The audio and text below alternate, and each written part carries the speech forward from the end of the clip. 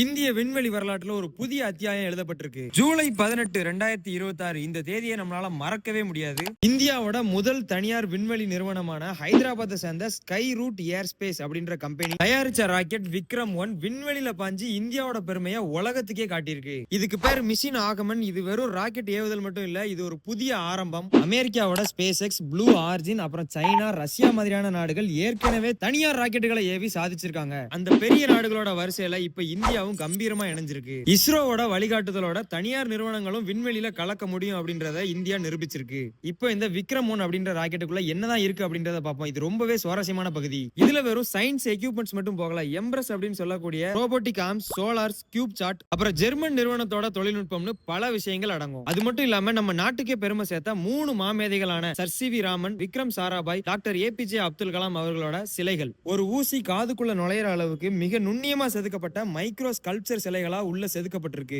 ஒவ்வொரு சிலையும் 700 இருந்து 800 மைக்ரான் அளவு தான், அதாவது ஒரு அரிசியோட எடையை விட குறைவா இருக்கும். கூடவே காஸ்மிக் ப்ளூம் அப்படின்னு சொல்லக்கூடிய ஒரு பிரம்மாண்டமான ஆர்ட் ஒர்க்கும் இதுல இருக்கு. இது ஒரு தாமரை வடிவத்தில் இருக்கக்கூடிய ஒரு வைரம். இதோட மைய பகுதியில தங்கம் பதிக்கப்பட்டு பார்க்கிறதுக்கே பிரமிக்க வைக்கிற கலைப்படைப்போட இருக்கு. இந்த சாதனை இந்திய விண்வெளி பொருளாதாரத்தை அடுத்த லெவலுக்கு கொண்டு போகும் அப்படின்றது எந்த சந்தேகமே இல்ல. இந்தியாவோட இந்த தனித்துவமான வெற்றியை பத்தி உங்களோட கருத்தை கீழே கமெண்ட்ல சொல்லுங்க. ஜெய் ஹிந்த்.